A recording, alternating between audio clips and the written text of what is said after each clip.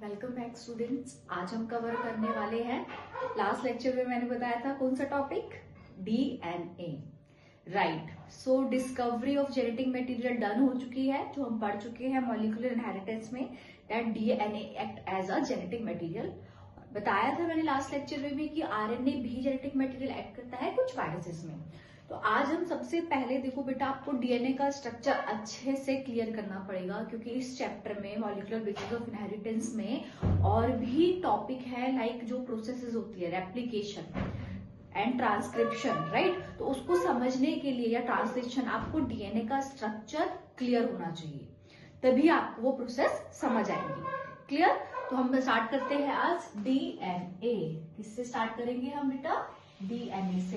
तो देखो बेटा, डीएनए क्या होता है ना, एक पॉलीमर होता है, एक लॉन्ग पॉलीन्यूक्लियोटाइड चेन से डीएनए फॉर्म होता है।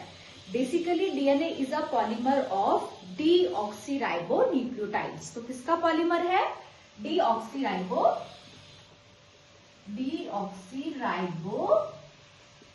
न्यूक्लियोटाइड्स का पॉलीमर है। देखो इसका मतलब क्या है कि बेसिकली जो लॉन्ग चेन फॉर्म हो रही है किसकी, डीएनए की पॉलीन्यूक्लियोटाइड्स जो है, वो क्या होता है, यहाँ पर बहुत सारे न्यूक्लियोटाइड्स आपस में ज्वाइन होते हैं। ये क्या है, एक तरीके से न्यूक्लियोटाइड्स है बेटा। ओके, रफ डायग्राम समझाने के लिए बता रही हूँ बस। न्यूक्लियोटाइड्स आपस में ज्वाइन होते हैं और एक पॉलीन्यूक्लियोटाइड चेन फॉर्म करते हैं। तो देखा जाए तो डीएनए का कॉम्पोनेंट्स क्या हो गए, न्यूक्लियोटाइड्स के कॉम्पोनेंट्स हो गए।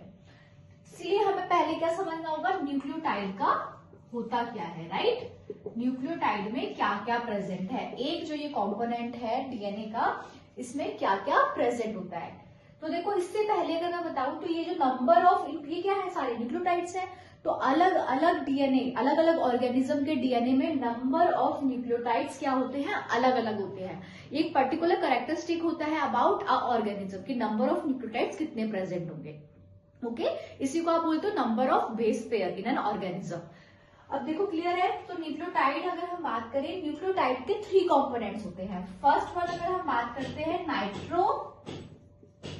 नाइट्रोजिनस बेस प्रेजेंट होगा। ओके, पेंटोज शुगर प्रेजेंट होती है, and third one is your एक फॉस्फेट ग्रुप प्रेजेंट है। क्लियर हुआ? तो ये 3 अलग अलग स्ट्रक्चर्स है बेटा, ये तीनों अलग अलग स्ट्रक्चर्स है जो आपस में कंबाइंड होके क्या फॉर्म करते हैं, एक न्यूक्लियोटाइड बनाते हैं। और बहुत सारे न्यूक्लियोटाइड को अगर आप ज्वाइन करते हो तो एक क्या बनता है, पॉलीन्यूक्लियोटाइड चेन बनती है। और यही कंपोनेंट होते हैं किसके, हमारे डीएनए के। तो क्लियर है, हमें यही न्यूक्लियोटाइड को अच्छे से समझना होगा। न्यूक्लियोटाइड में क्या क्या प्रेजेंट है, nitrogenous base, pentose sugar and phosphate group. तो हम स्टार्ट करते हैं किससे, नाइट्रोजिनस बेस को अगर हम देखें तो नाइट्रोजिनस बेस कितने टाइप के होते हैं, 2 टाइप्स के नाइट्रोजिनस बेस होते हैं। एक होता है purine and other is pyrimidine. तो क्या होते हैं, 2 टाइप के होते हैं, प्यूरिन एंड पिरामिडिन। तो ये कॉम्पोनेंट्स है ना बेटा, इसी को मैं एक बार बता दी, तो इधर ही मैं बता देती हूँ, प्यूरिन एंड पिरामिडिन। ओके, देखो नोट्स तो बेटा आपको इजीली कहीं भी मिल जाएंगे। आप एनसीईआरटी की बुक खोलोगे, वहां पे भी आपको नोट्स मिल जाएंगे। और अगर आपको मेरी साइड से ये नोट्स चाहिए, I will provide you definitely, just comment me in comment section. Okay, so 2 type के होते हैं, प्यूरिन एंड पिरामिडिन। प्यूरिन और पिरामिडिन की अगर हम बात करें तो 2 टाइप के प्यूरिन होते हैं, AGTCNU। ओके, ये होता है एडिनाइन ग्वानाइन आपके प्यूरिन होते हैं, एंड पिरामिडिन TCU होते हैं। Adenine, purine, guanine, pyrimidine, thymine, cytosine and uracil. Okay, तो 2 टाइप के आपके पिरामिडिन हो, प्यूरिन हो गए, एडिनाइन, ग्वानाइन, और बेस हो गया आपका thymine, cytosine and uracil. Clear? तो ये हो गए आपके टाइप्स ऑफ बेसिस। अब आते हैं शुगर। तो अगर हम यहाँ पे बात करें, देखो बेटा यहाँ पे मैं थोड़ा सा और कवर कर देती हूँ कि अगर डीएनए में हम देखें तो क्या प्रेजेंट होता है, थाइमिन प्रेजेंट होता है। कौन सा पिरामिडिन प्रेजेंट होता है, थाइमिन। बट हम आरएनए चारों होते हैं, बट यूरासिल प्रेजेंट नहीं होता है। डीएनए में AGTC ही होते हैं, यूरासिल नहीं होता है। आरएनए की अगर हम बात करें, वहां पर थायमिन की जगह क्या प्रेजेंट होता है, यूरासिल प्रेजेंट होता है। तो ये एक डिफरेंस है आरएनए और डीएनए के स्ट्रक्चर में कि यहाँ पे थायमिन की जगह यूरासिल प्रेजेंट होता है। क्लियर। नेक्स्ट अगर हम बात करते हैं कौन सा कॉम्पोनेंट है जो न्यूक्लियोटाइड में प्रेजेंट है, वो होता है पेंटोज शुगर। तो पेंटोज शुगर की अगर हम बात करें तो नाम में क्या रहा है, पेंट, राइट। तो पेंट का मतलब आपको पता है कि कितना होता है, 5 कार्बन। ओके, तो याद रखना पेंट से इसलिए पेंटोज शुगर आया है। क्लियर। तो डीएनए में कौन सी शुगर होती है, डीऑक्सी राइबोज होती है। देखो राइबोज, डीऑक्सी राइबोज। तो डीऑक्सी राइबोज होती है डीएनए में, और आरएनए में होती है कौन सी शुगर, वो भी मैं बता देती हूँ, सिर्फ राइबोज। वहां पे डीऑक्सी राइबोज शुगर नहीं होती है। पेंटोफॉस्फेट ग्रुप हो गया। तो ये तीनों कॉम्पोनेंट क्लियर हो गए, base, sugar and phosphate group. अब यहाँ पर बेटा देखो थोड़ा सा और हमें डिटेल में क्या पढ़ना है कि तीनों में बॉन्ड फॉर्म होगा, राइट। जो भी कॉम्पोनेंट है न्यूक्लियोटाइड के वो बॉन्ड फॉर्म करेंगे तभी तो ज्वाइन होंगे और एक स्ट्रक्चर बना रहे हैं न्यूक्लियोटाइड। तो हमें वो बॉन्ड समझना है, वो स्ट्रक्चर समझना है जो एनसीईआरटी में दिया हुआ है, वो बहुत इंपॉर्टेंट है। उसको हमें अच्छे से बॉन्ड के साथ अभी देखना है। तो हम सबसे पहले क्या करते हैं, एक न्यूक्लियोटाइड के स्ट्रक्चर से स्टार्ट करते हैं। ओके,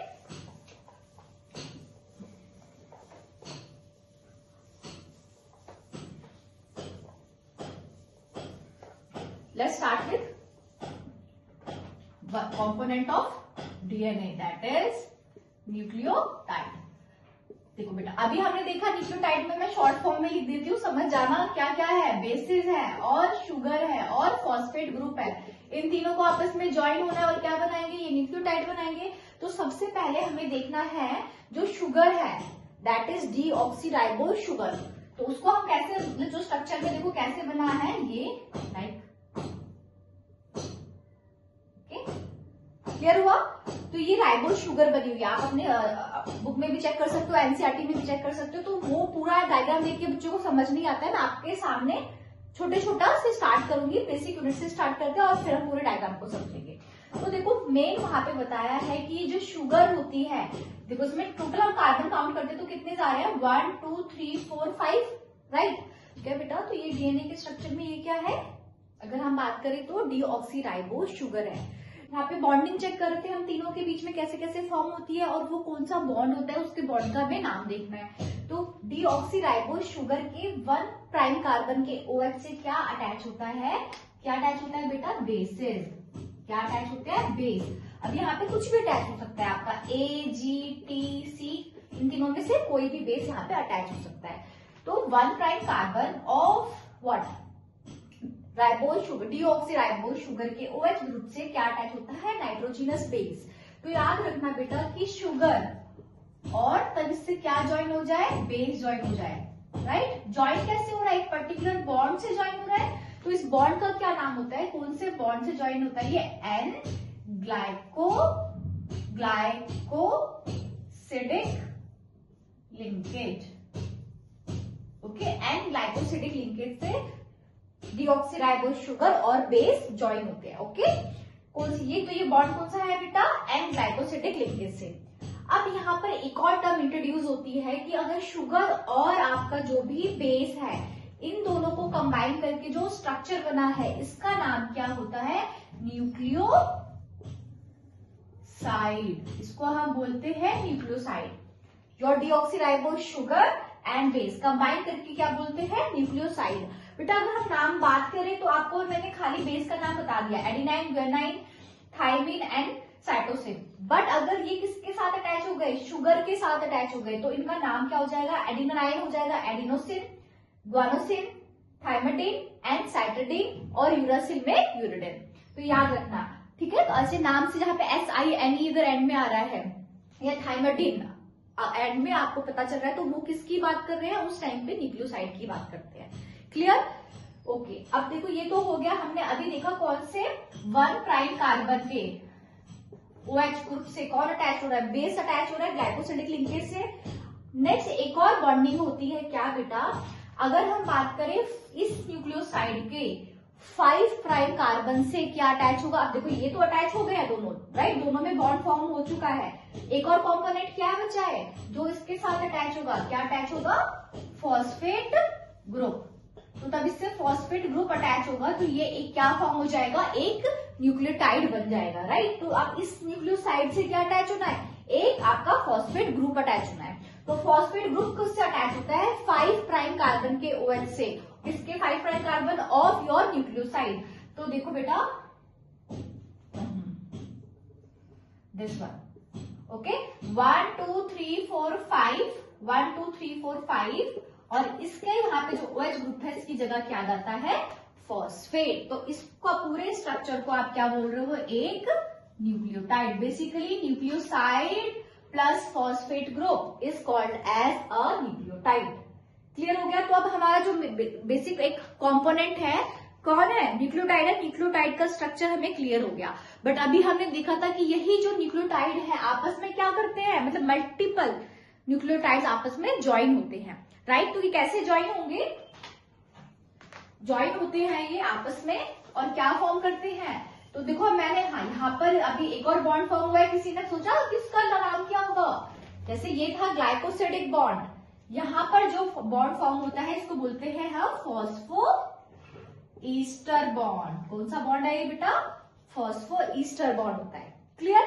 अब देखो एनसीईआरटी के बुक में इसी टाइप का डायग्राम बनाया हुआ है ना, तो मैं इसीलिए ऐसा बना दी हूँ। आपको प्रॉपर मैंने केमिस्ट्री वाले में डायग्राम शो नहीं किया है, अभी जस्ट कॉमन जो आपको बुक में दिया हुआ है उसी वैसे मैंने समझाया, क्योंकि यही बनाने के लिए आता है, सर डिटेल में आपको नहीं आता है। ज्यादा से ज्यादा क्या पूछ लेंगे? बॉन्डिंग, न्यूक्लियोटाइड और न्यूक्लियोसाइड से, ये सारा डिफरेंस मतलब स्ट्रक्चर आपको क्लियर होना चाहिए। अब ये बहुत सारी न्यूक्लियोटाइड आपस में ज्वाइन होंगी, तो बेटा अगर हम यहाँ पर ये एक न्यूक्लियोटाइड हो गया, इससे बेटा आपका एक और न्यूक्लियोटाइड ज्वाइन होगा, राइट? यहाँ पर भी कोई भी बेस हो सकता है आपका। इधर हमारा क्या होता है? अब यहाँ पर हमें क्या समझना है, ठीक है? देखो यहाँ पर एक फॉस्फेट आपका इधर से, और ये जो एक बॉन्ड था आपका इधर, ऐसे सेम हो जाएगा। अब देखो ये एक क्या हो गया आपका? एक न्यूक्लियोटाइड ये हो गया और एक न्यूक्लियोटाइड आपका ये हो गया। तो देखा जाए तो यहाँ पर भी बॉन्डिंग फॉर्म हो रही है, राइट? यहाँ पर जो बॉन्ड फॉर्म हो रहा है वो किसके बीच में होता है? 1 2 3 प्राइम और 5 प्राइम ऑफ दोनों, 5 प्राइम और 3 प्राइम में क्या हो रही है? बॉन्डिंग हो रही है। क्लियर हो रहा है ना? 1 2 3 4 5 और इधर से 3 प्राइम, तो दोनों में जो बॉन्डिंग होती है इसको आप कौन सा लिंकेज होता है बेटा? दो फॉस्फो डायस्टर लिंकेज। यहाँ पे भी आगे ऐसे ही कंटिन्यू चलता है और इस तरीके से बॉन्ड फॉर्म होता है। तो देखो इसी को अभी हमें यहाँ पे क्या देखना है, ठीक है? यहाँ पे भी मैं बताती हूँ, ये बहुत सारे न्यूक्लियोटाइड ऐसे ज्वाइन होते हैं। तो दो न्यूक्लियोटाइड आपस में ज्वाइन हो रहे हैं किससे? फॉस्फोडाइस्टर लिंकेज से। ये फॉस्फोईस्टर, ये ग्लाइकोसिडिक, दोनों आपस में ज्वाइन होकर क्या बनाते हैं? Die nucleotide. एक न्यूक्लियोटाइड ये, एक न्यूक्लियोटाइड ये। तो ऐसे ही आपको एक लॉन्ग पॉलीन्यूक्लियोटाइड चेन मिल जाती है, ठीक है, डीएनए के स्ट्रक्चर में। अब एक चीज आपको ध्यान रखनी है बेटा, जो यहाँ पे फर्स्ट न्यूक्लियोटाइड होगा वहां पे आपको फ्री 5 प्राइम फॉस्फेट मिलता है, और जो एंड में आपको न्यूक्लियोटाइड देखोगे डायग्राम में, तो वहां पर आपको OH 3 प्राइम पे OH फ्री मिलता है। इस चीज को याद रखना क्योंकि ये आगे अभी आपको यूज में आएगा, ठीक है? तो ये बेसिक डायग्राम जो दिया हुआ था वही है।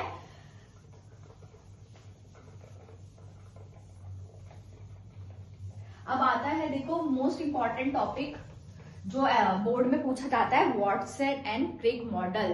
तो वॉटसन एंड क्रिक मॉडल ने क्या एक्सप्लेन किया था? यही जो आपका मतलब डीएनए का पूरा स्ट्रक्चर है, इसको डिटेल में थोड़ा उन्होंने बताया था, ठीक है? वॉटसन एंड क्रिक ने एक्सपेरिमेंट में जो मैं सीधा आपको बता देती हूँ कि उन्होंने समझाया क्या था।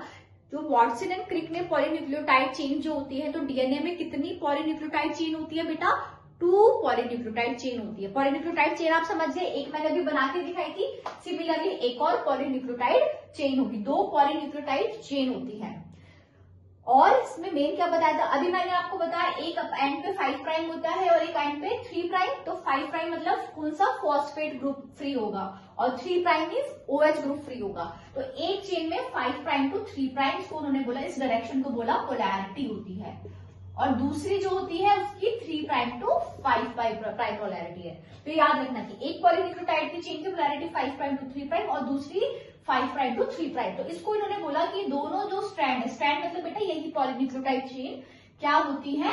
एंटी पैरेलल होती है, एंटी पैरेलल पोलैरिटी होती है। क्लियर? तो ये हमें क्लियर हो गया।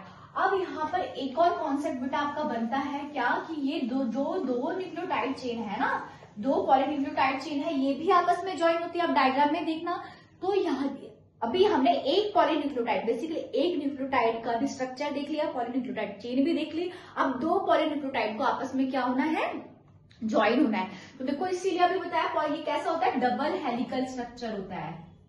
कैसा स्ट्रक्चर होता है, देखो एक पॉलीन्यूक्लियोटाइड चेन ये हो गई और दूसरा ये, तो ये किस तरीके से कॉइल होते हैं, राइट हैंडेड फैशन में, याद रखना, ठीक है, राइट हैंडेड फैशन में ये कॉइल होती है दोनों पॉलीन्यूक्लियोटाइड चेन। और एक की क्या होगी 5 प्राइम टू 3 प्राइम, तो दूसरी क्या होगी 3 प्राइम टू 5 प्राइम होगी। अब देखो इन दोनों चेन को आपस में ज्वाइन होता है, तो दोनों में क्या होता है, यहाँ पर भी बॉन्ड फॉर्म होगा। तो यहाँ जो बॉन्ड फॉर्म होता है, हाँ देखो एक चीज और मैं बता दूं, इसी में हमने जो देखा था क्या बेटा, कि फॉस्फेट ग्रुप और जो शुगर होती है वो दोनों क्या बनाती है, आपके डीएनए के स्ट्रक्चर की बैकबोन बनाती है, मतलब वो आउट बाहर की तरफ प्रेजेंट होता है, क्या, फॉस्फेट ग्रुप भी और शुगर भी। तो आप स्ट्रक्चर देखोगे ना बेटा, तो उसमें ऊपर की साइड फॉस्फेट ग्रुप और आपका शुगर रहता है, और जो इनवर्ट क्या होते हैं, आपके बेसिस होते हैं। बेसिस मतलब वही नाइट्रोजनस बेसिस ATGCU। तो ठीक है, यहाँ पर हमने देखा ये जो होगा बैकबोन, अगर हम बात करेंगे पीछे की तरफ, यहाँ पर ये आपका होता है फॉस्फेट ग्रुप और आपकी डीऑक्सीराइबोस शुगर। बट जो बेसिस होते हैं ना बेटा, ये ऐसे इनवर्ड होते हैं, ओके, बेसिस ऐसे इनवर्ड होंगे। तो ये जो बेसिस इनवर्ड हैं आपके, अगर यहाँ पर बहुत इंपॉर्टेंट एक चार्गफ रूल आया था पहले, उसके बेसिस पे इन्होंने बताया था कि दोनों चेन के, एक चेन का प्यूरीन दूसरी चेन के पिरामिडीन से बेस पेयरिंग करता है, मतलब बॉन्ड फॉर्म करता है। प्यूरीन हमेशा किससे बेस पेयर करेगा, पिरामिडीन से, ओके। कौन सा बॉन्ड होता है, हाइड्रोजन बॉन्ड। कौन सा बॉन्ड होगा बेटा, हाइड्रोजन बॉन्ड। क्लियर हुआ, प्यूरीन पिरामिडीन से बेस पेयरिंग करता है, बॉन्ड फॉर्म करता है। कौन सा बॉन्ड फॉर्म करता है, हाइड्रोजन बॉन्ड। तो देखो ए प्यूरीन है, ये टी से बेस पेयरिंग करता है। अब यहाँ पर एक चीज और बताई थी इन्होंने कि कितने नंबर ऑफ हाइड्रोजन बॉन्ड्स होते हैं, ए और टी के बीच में 2, मतलब प्यूरीन और ए और टी होंगे डबल बॉन्ड, और जी और सी के बीच में कितने हाइड्रोजन बॉन्ड होते हैं, 3 हाइड्रोजन बॉन्ड। यहाँ पे 2 हाइड्रोजन बॉन्ड और यहाँ पर 3 हाइड्रोजन बॉन्ड होते हैं। ए टी के साथ बेस पेयरिंग करता है, जी सी के साथ। आरएनए में बस क्या होता है बेटा, टी की जगह क्या होता है, यू होता है, याद रखना। ए टी 2 और जी सी 3। तो ये यहाँ पर बेस पेयरिंग होगी। देखो इसका पीछे भी एक रीजन है कि ऐसा क्यों होता है कि प्यूरीन पिरामिडीन से बेस की पेयरिंग ही क्यों करता है, सो दैट कि यहाँ पर जो डिस्टेंस है ना दोनों न्यूक्लियोटाइड चेन के बीच में, वो क्या रहे, through out the structure same रहे। क्लियर हो गया, तो ये दोनों कॉन्सेप्ट क्लियर हो गए, ठीक है। तो ये हमें समझ आ गया। अब हमें समझना है थोड़ा सा डबल हेलिकल स्ट्रक्चर को। तो वाटसन एंड क्रिक ने कैसा स्ट्रक्चर दिया है,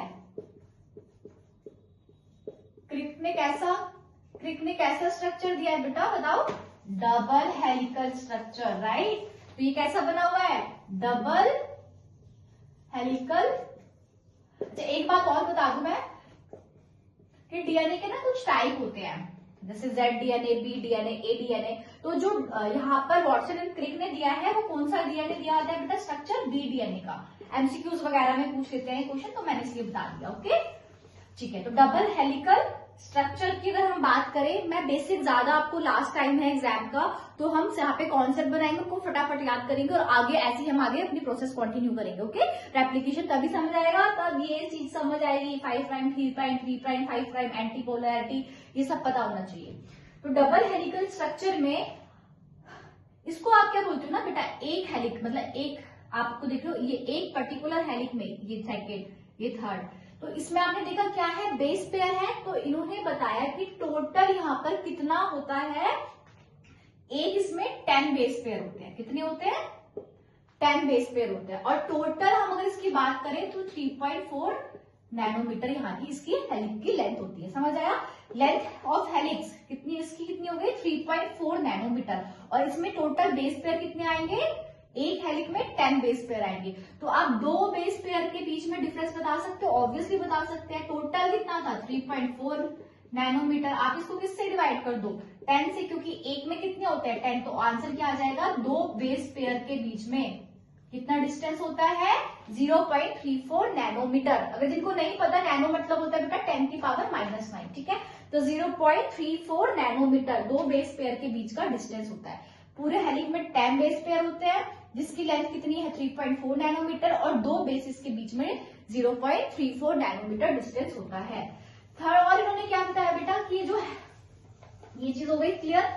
फिर उन्होंने बताया कि जो ये बेस पेयर होते हैं ना वो अच्छे से एक दूसरे के ऊपर ऐसे स्टैग्ड होते हैं, जिसकी वजह से इसको एक क्या मिलती है, डीएनए को स्टेबिलिटी मिलती है, स्ट्रक्चर को, ठीक है, क्या मिलती है, स्टेबिलिटी मिलती है। ओके, सो ये हो गया आपका पूरा डीएनए का स्ट्रक्चर। बहुत बेसिक तरीके से बताया मैंने बेटा, एनसीईआरटी की लैंग्वेज को ही मैंने एक्सप्लेन किया है। बस आपको क्या करना है, इसके बाद एनसीईआरटी उठानी है। मैं चाहती हूँ आप एनसीईआरटी उठाओ और उसको ही लाइंस को रीड करो, क्योंकि बेटा उससे अच्छी बुक कोई नहीं है, वो आपके लिए ही बनी हुई है। उसकी उठा के उसको रीडिंग करो, आपको सारा समझ आ जाएगा। वो आपको एक पिक्चर बन जाएगी कि आपको किस तरीके से उसको स्ट्रक्चर को समझना है, जो आप आगे यूज कर पाओ। अब यहाँ पे बहुत इंटरेस्टिंग एक फैक्ट आपको बताने वाली हूं मैं।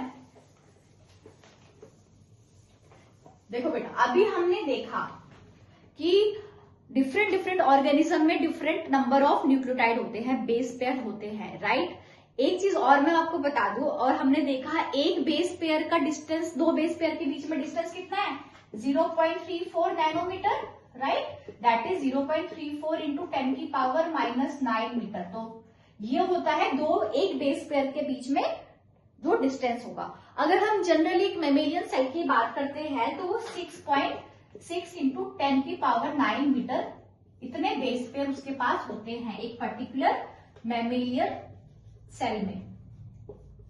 देखो समझा, इतने बेस पेयर होते हैं और एक बेस पेयर के बीच में डिस्टेंस इतना। तो आप इन दोनों को मल्टीप्लाई कर दोगे तो आपको पूरे डीएनए का स्ट्रक्चर का डिस्टेंस पता चल जाएगा कि भाई इसकी टोटल लेंथ कितनी है। डिस्टेंस तक यूज नहीं करेंगे, हम लेंथ बोलेंगे कि टोटल लेंथ डीएनए की कितनी होगी। इसको बेटा अगर आप मल्टीप्लाई करते हो ना तो ये आपको आंसर मिलता है 2.2 metre. Can you imagine, 2.2 metre, this is 1 metre and 2.2 metre आपको डीएनए की लेंथ मिलती है। और इससे भी ज्यादा इंटरेस्टिंग फैक्ट क्या है कि ये कहां पर प्रेजेंट है, सेल के न्यूक्लियस पे।